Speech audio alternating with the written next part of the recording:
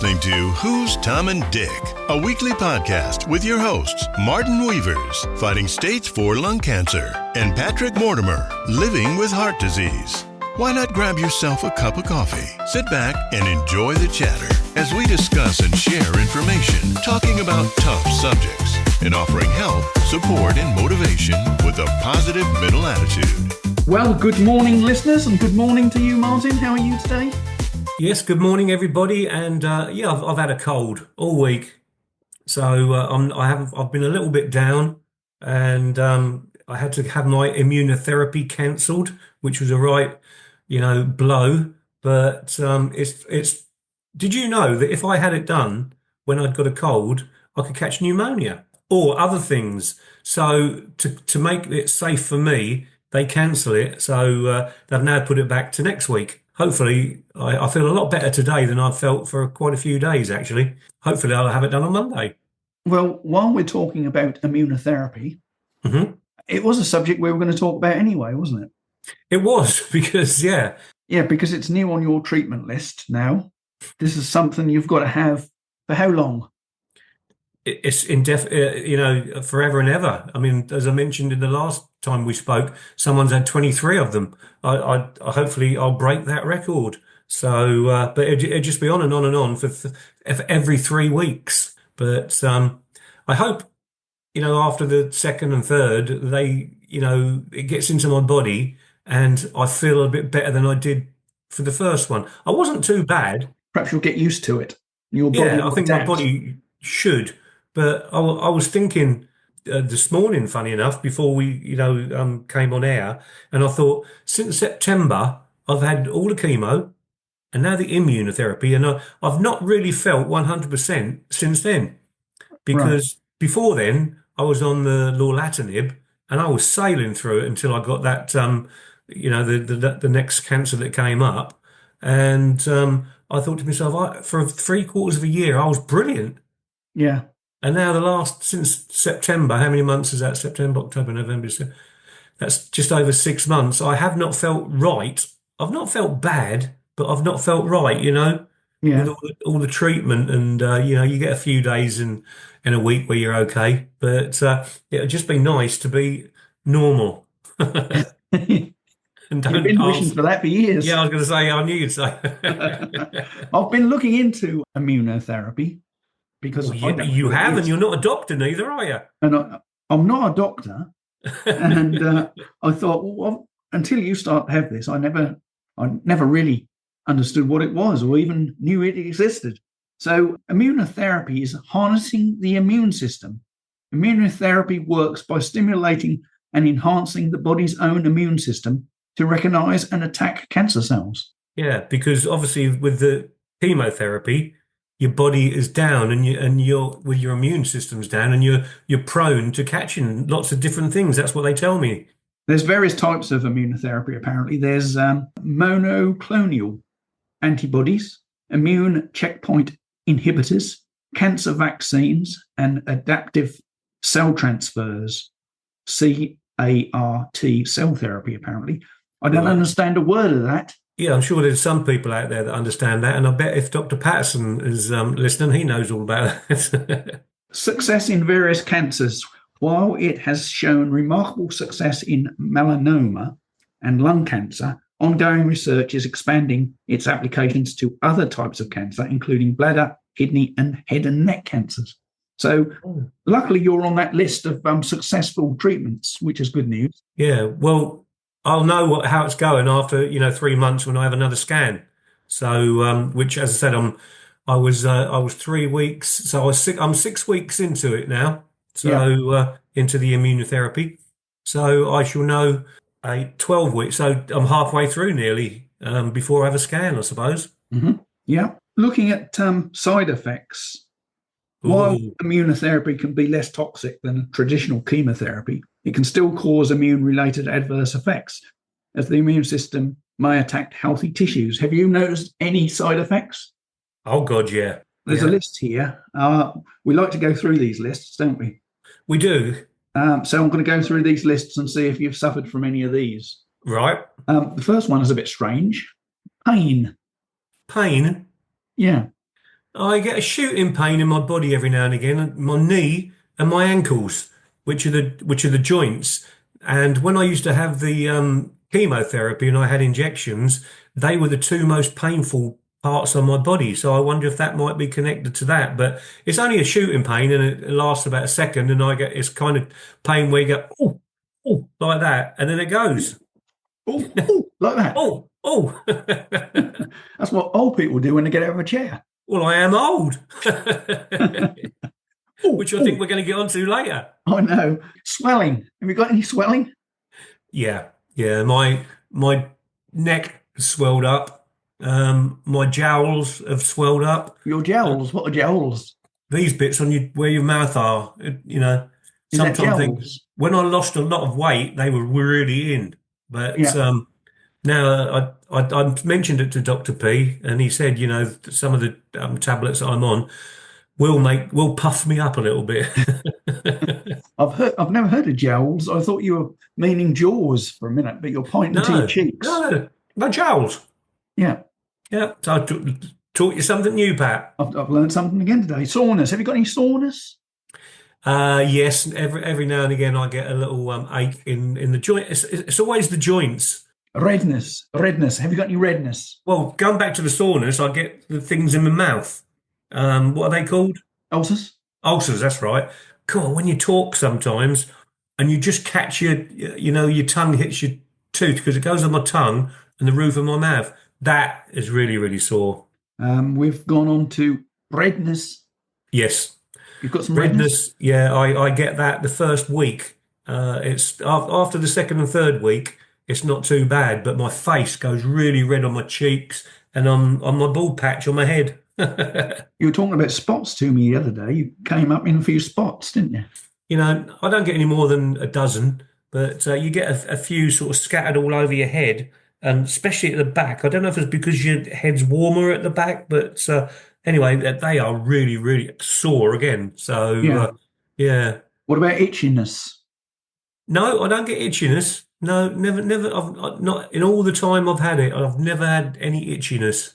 Have you got a rash? No, not really. No, no. I can't No. say I can't say I've had a rash. No.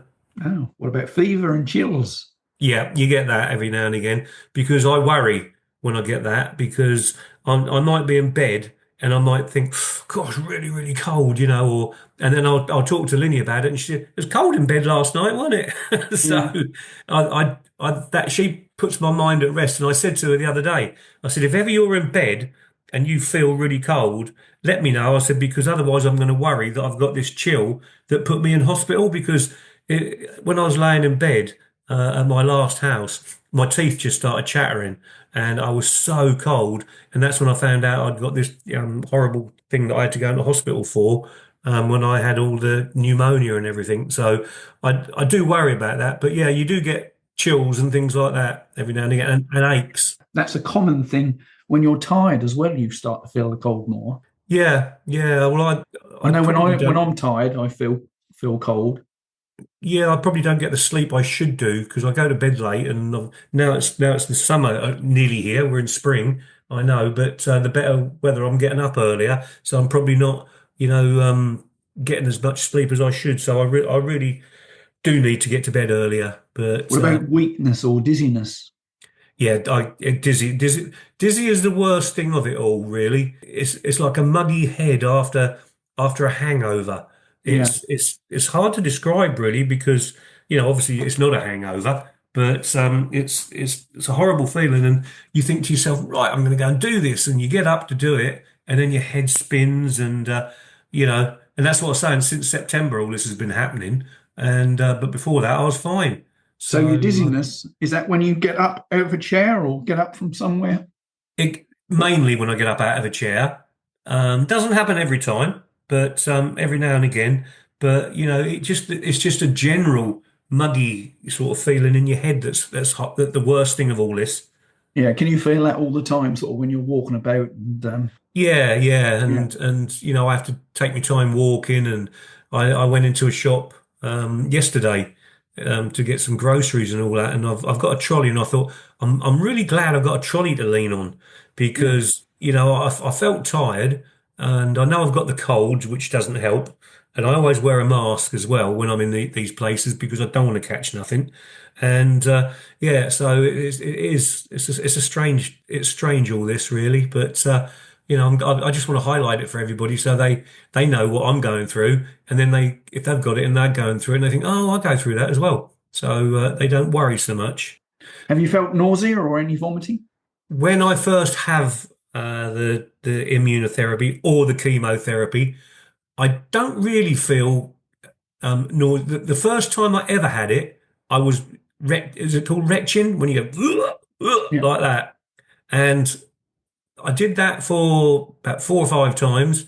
That was on after the first treatment, and I had because they give you anti-sickness tablets from the hospital. yeah, And even when they give you the treatment, they give you anti-sickness tablets. But I take them as a precaution, but I don't really feel sick. So I suppose I'm lucky in that way yeah. that the treatment isn't affecting that, because I bet some people do actually feel sick, and I do feel sorry for them. Has this treatment affected your blood pressure? It's my blood pressure is always slightly high. It's never dangerously high, they say. And whenever, because I always ask, is it okay? Every time I have a blood pressure, and they always, Yeah, oh, slightly on the high side. It could come down a little bit, but nothing to worry about, they always say. So if they say there's nothing to worry about, that's good enough for me, isn't it, really? yeah. Heart palpitations or sinus congestion seems to be another side effect. Have you got any of that?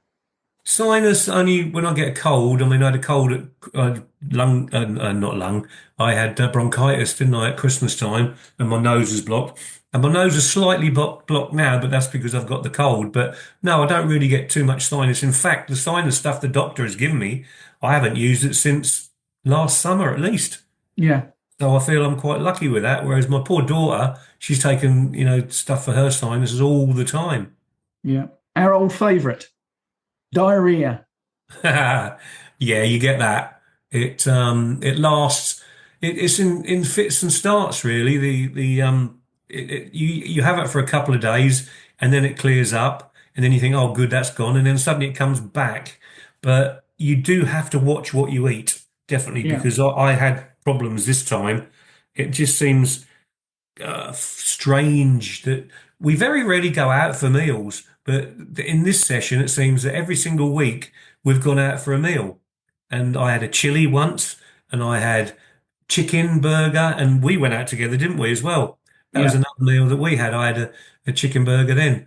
But there's always something where I'm going, and then I get the diarrhea, and then as I say, it clears up. But I did have more problems with the diarrhea this time. yeah. It says in my notes that I've made here, duration of treatment. Some patients may receive immunotherapy for a few months, while others may be treated for years, particularly with checkpoint inhibitors.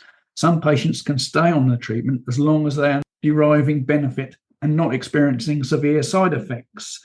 Long-term treatment for certain cancers, patients may continue immunotherapy indefinitely if it's effective and well tolerated, as some immunotherapies can lead to long-term remission. So I guess that's what you're receiving. And I guess Yes. that you'll continue to receive that unless you get adverse side effects then. Yeah, the worst one is your liver. Yeah, So that they'll obviously keep a check on my liver. Dr. Patterson said, hopefully that it won't affect that, because one of the tablets I had did affect my liver. So fingers crossed this chemo doesn't. But yeah, I mean it will be indefinite. I dare say after the next one, I'll keep a check on the diarrhea, because that's what they asked me. They said, how many days, and I had to tell them all the details of it all. And so they'll keep a check on that as well, because it could be that the stuff I'm on gives me diarrhea. so long may it continue, and hopefully the side effects will ease a little bit as you go forward. Yeah, hopefully it's a thing that you get used to in your body, because it's an invasion, isn't it? I mean, this is meant to repair my body. That's the main thing of it. But it isn't an invasion of a liquid being put into your body. But as long as it keeps me here on this planet, Pat, that's all I care about.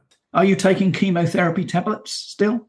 No, no, that No. I came off of those. There is a bit of chemotherapy in the immunotherapy, Yeah, because it's got the repair to my body in that. treatment, but it's also got something to hopefully keep away the cancer that we've got in my lymph nodes as well. But yeah, it's all a learning curve, really.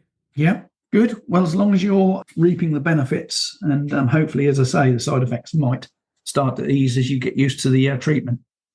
Well, yeah, I mean, when you think when I first had, I mean, I'm 3 years into this cancer journey now. I can't believe that it's 3 years. But when I first got it, I thought 6 months and I wouldn't be here anymore. So every day's a bonus, and I trust and trust and trust Dr. Patterson with what he's doing, Yeah. and his team. So once again, I thank them And you really. spoke to him about alternative treatments then that you could go No, on? no, I haven't. I want to see if this works first, Yeah. and then he would come up with a plan to give me something different, really. Providing it works and you can put up with the side effects, then I don't see any reason why, hopefully that'll do you some good. I know, yeah, that's right, yeah, yeah. I'm just Anyway, interesting subject. My mum always used to say, don't sit on cold walls why? because you might get piles. I knew he was going to say that. My mum used to say the same. Did she? Yeah. Yeah, it's almost as bad as the other thing. Take your coat off because you won't feel the benefit of it when you go outside.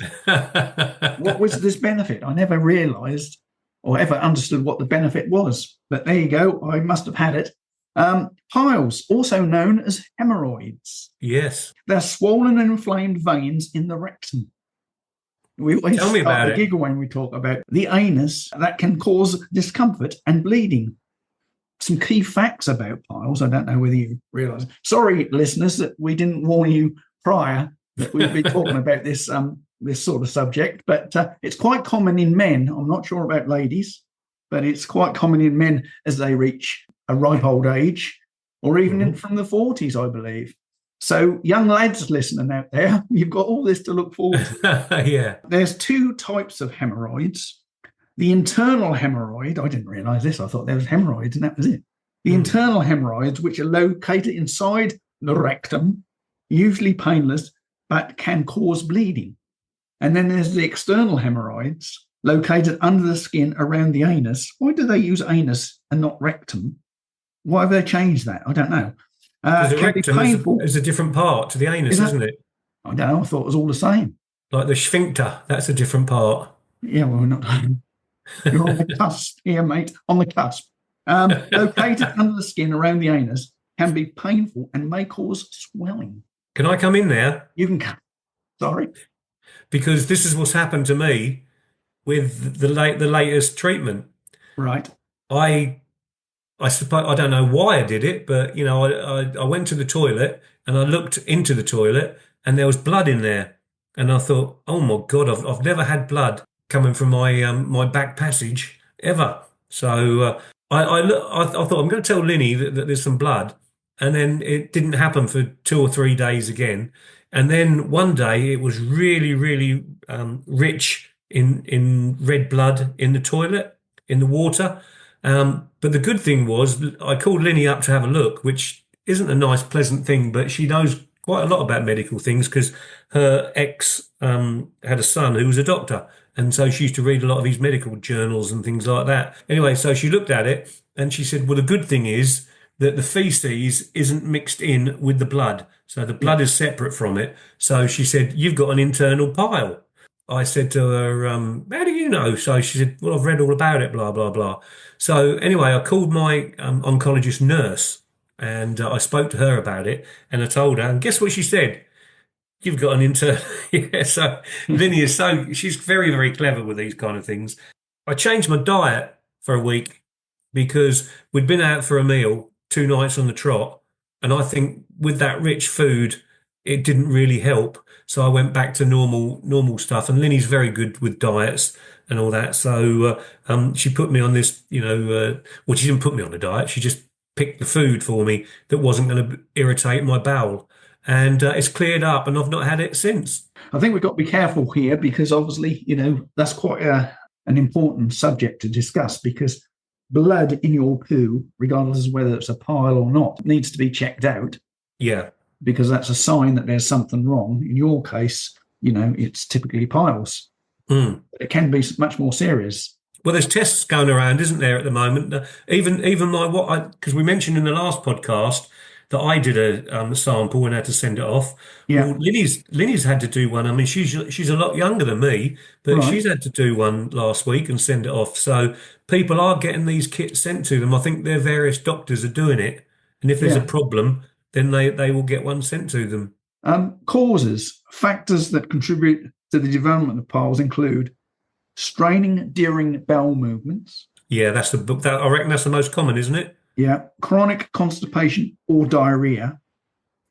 Sitting for long periods, especially on the toilet. Why would that make any difference? Well, it's when you read, I suppose. Well, I know, but you're sitting on the toilet, you're sitting in a chair. What difference does it make? Anyway, That's what it says. Obesity. Pregnancy and childbirth. Well, I don't think that one covers you. Aging. Or you. It's not just about me. Aging is another one. So I always understood about the straining during bowel movement being a cause. Were you told as a child not to do that then? Because I was. My mum used to say to me, don't sit on there and strain. Well, what else are you meant to do? Would you just let it flow naturally? you don't have to grunt and groan. Well, I don't grunt and groan, but I mean, I had to give it a little bit of a shove. But I know what you mean. Yeah. We must talk about the consistency of poo one day, because obviously there's quite a lot of things that can be gained from that. But, Yes. So they're the causes, the symptoms to look out for: bleeding during bowel movements, itching or irritation around the anus, pain or discomfort, especially with external hemorrhoids, and swelling around the anus.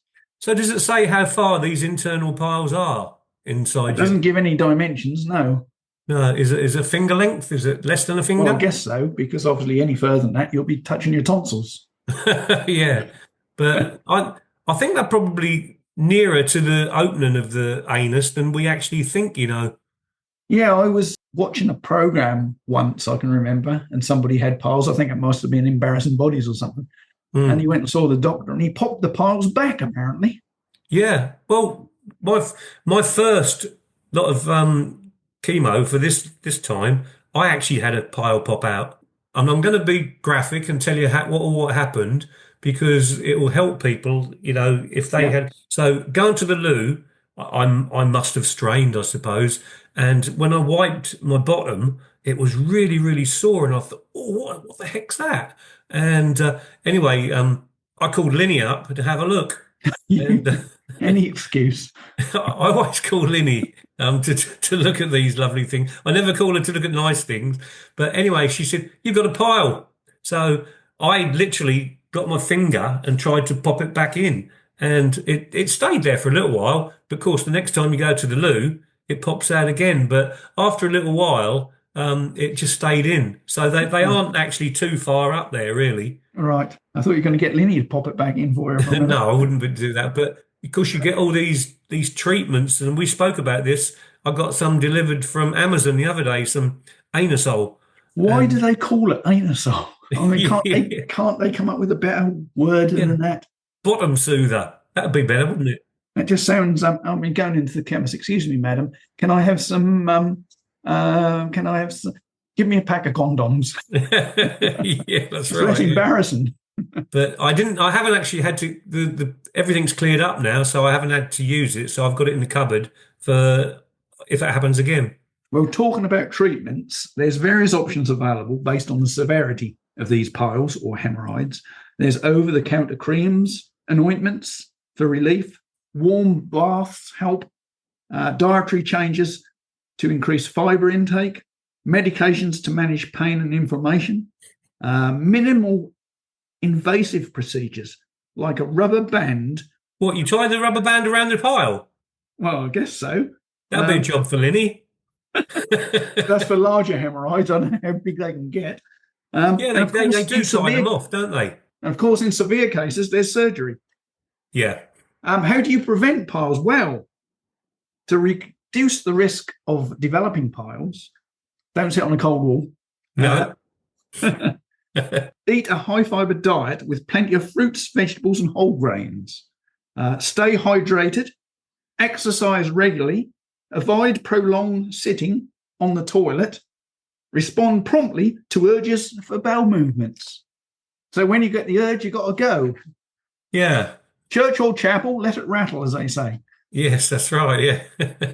One thing that they haven't mentioned is cleanliness, because apparently I was told that cleanliness also plays quite a large part in this, and some people don't wipe their bottoms properly.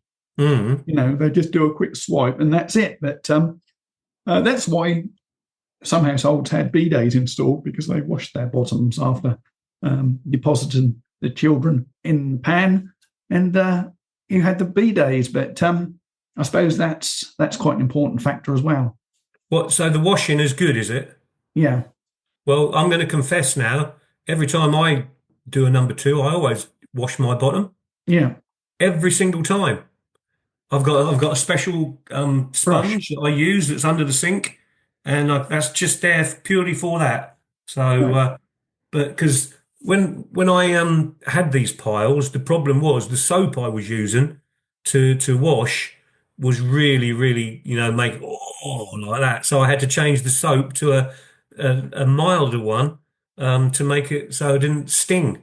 Yeah. So Yeah. and then I have a special towel which is also under the sink, and I keep them there so they're out of sight.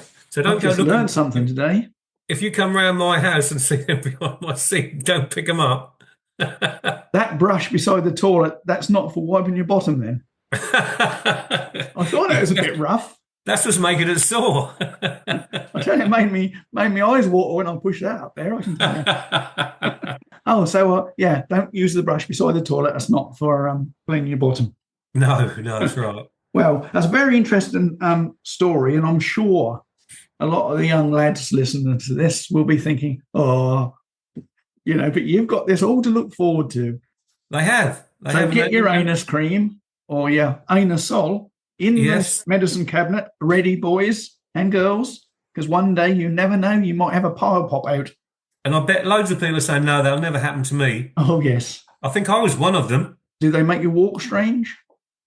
No. And nobody, and this is the thing. So people don't need to be embarrassed by this. This is probably the thing that a lot of people are embarrassed by piles. But Yeah. it's a thing that we get. We can't help it. So don't be embarrassed by it, because you're not alone. You're not alone. So that's the biggest thing. And walking along the road, nobody would know I had piles. No. I wouldn't go around and say, "Hi, I've got piles." And they wouldn't come up to you and say, "Have you got piles?" No, they don't do it. So just carry on your normal life as if you've not got it. And then that's the kind of thing you just share with you and your other half. You've got to pop a pile or two. There you go. Yeah. Right, moving on from the bottom to the top. What else are we Yes. talking about today? We're going to talk. I'd like to talk about the My Wish charity that we interviewed, two lovely ladies down at the West Suffolk Hospital. Ooh, let's go back a bit now.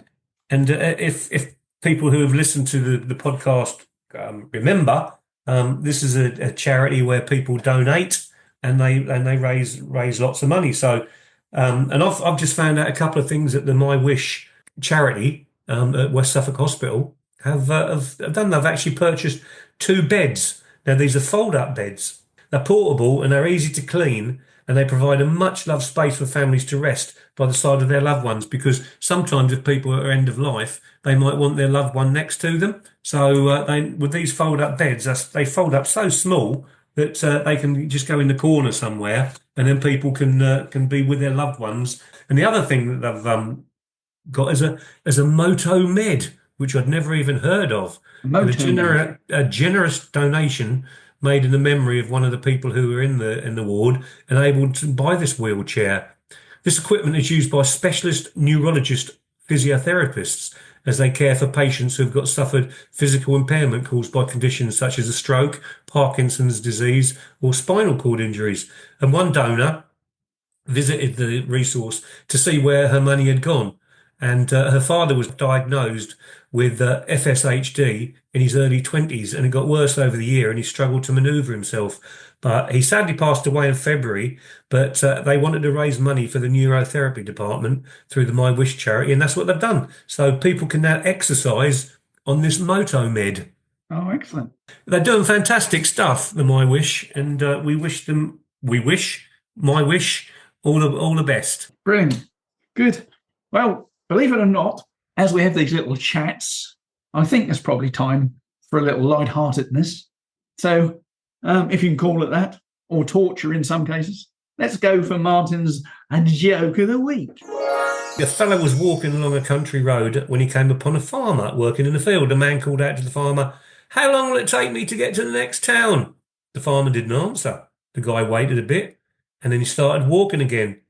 After he'd gone about 100 yards, the farmer yelled out, "About 20 minutes. "Thank you." He said, "But why didn't you tell me when I asked you?" He said, "I didn't know how fast you could walk." Oh, dear. Wah, wah, wah. Well, that brings us to the end of this podcast, Martin. Wow, they just whiz by, don't they? They certainly do. We are in March. Clock's going back. So no, spring forward. Clocks spring forward in March, don't they? Yeah, they fall back in the autumn. That's right. So we get an extra hour of daylight at the end of the day, which is always good. Well, I sat in my garden yesterday because it was so lovely, and I actually fell asleep for an hour and a half in my deck chair. So, or not my recliner. I think you might have fallen asleep for 24 hours because you woke up and you thought it was Wednesday. Hold on a minute. You did as well. You weren't 100% when we spoke. So just to let everybody know, we was having a chat on WhatsApp yesterday, and I said, I'll speak to you in not tomorrow, but the day after for the podcast, didn't I? And you said, yeah. And you wasn't certain yourself, and then you had to look it up on your diary, didn't you? Yeah. Well, with our memories, I have sometimes questioned myself. Yes, I was positive that was Thursday until you mentioned that was Wednesday. Really? I was positive it was Wednesday. So once you mentioned that was Wednesday, I agreed with you because I thought, is it Wednesday? You never agree with me. I'll tell you what, it's amazing we get these podcasts out, to be honest with you. I know, and they're always out on the Friday when they should be. Okay, well, all I'm going to say is have a great day, and I'm off to do a bit of work in the garden, and I'll see you same place, same time next week. Yeah, I think I might go and sit in the garden because the sun is out. There's a little bit of wind today, but I'm going to go and sit in my garden too. So, you have a good day, Patrick. Thanks for listening, everybody, and we'll be back next week. Thank you, everyone, and we'll see you next week. Bye. Bye, everyone. Bye. Bye. You've been listening to the Who's Tom and Dick podcast with your hosts, Martin Weavers and Patrick Mortimer. If you enjoyed this episode, please subscribe to the show on Apple, Spotify, or your favorite streaming platform. New episodes are available every Friday. Thanks for tuning in.